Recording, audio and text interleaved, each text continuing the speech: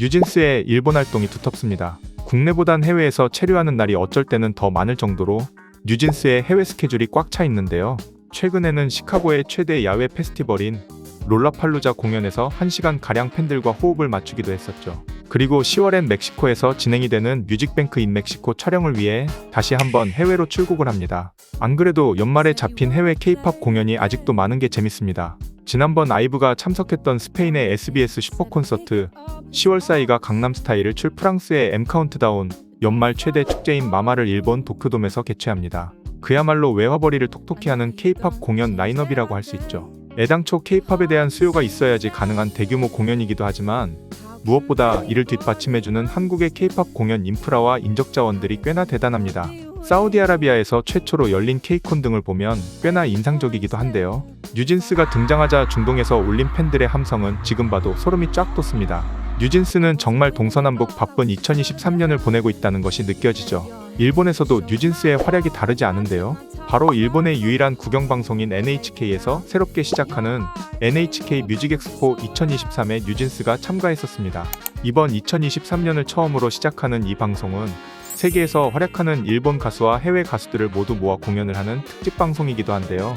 1회를 맞이하는 이 방송에 K-팝 아이돌이 무려 3팀이나 참가합니다. 뉴진스, 엔하이픈, 세븐틴이 바로 이번 방송에 참가하는 한국팀인데요. 총 8팀 중에 3개의 팀은 한국 가수들이며 나머지는 모두 일본 가수입니다.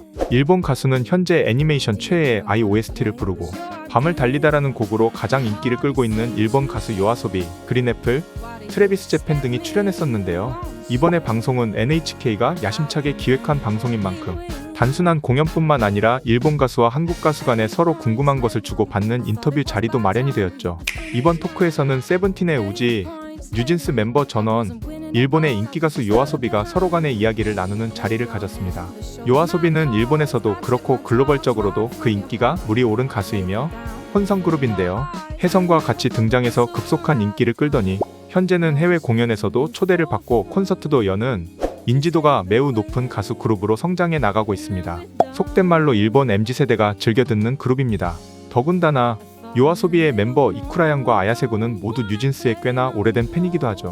뉴진스와 처음 만난 자리에서 보컬 이쿠라양은 가장 좋아하는 곡을 뉴진스의 디토라고 말하기도 했습니다. 또한 너무 좋아서 자신의 유튜브 채널에 디토를 커버한 영상을 직접 올리기도 했다고 고백해 뉴진스에게 놀라움을 선사하기도 했는데요. 다른 멤버인 아야세는 대놓고 뉴진스의 노래를 너무 좋다고 극찬하기도 했죠.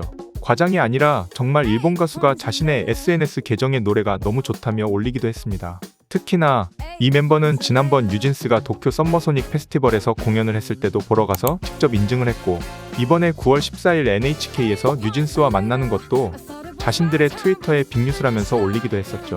그야말로 찐팬이 뉴진스를 만난 상황이라고도 볼 수 있습니다. 그리고 이러한 기회가 맞닿아 요아소비가 바로 며칠 전에 한국 M카운트다운 채널에서 최초로 출연을 했습니다. 한국과 일본의 정상급 가수들이 주거니 받거니 서로 영향을 주며 케미를 보여주는 게 보기 좋은데요. 다음엔 뉴진스와 요아소비의 콜라보 곡이 나오는 건 아닌지 재밌는 상상도 해봅니다. 이미 르세라핌과 일본의 가수 아도가 엄포 깊은 콜라보레이션 일본어 버전을 냈기 때문이죠. 점차 연말이 다가오고 있는 지금 다음엔 어떤 K-팝 해외 반응이 나올지 벌써부터 궁금해집니다.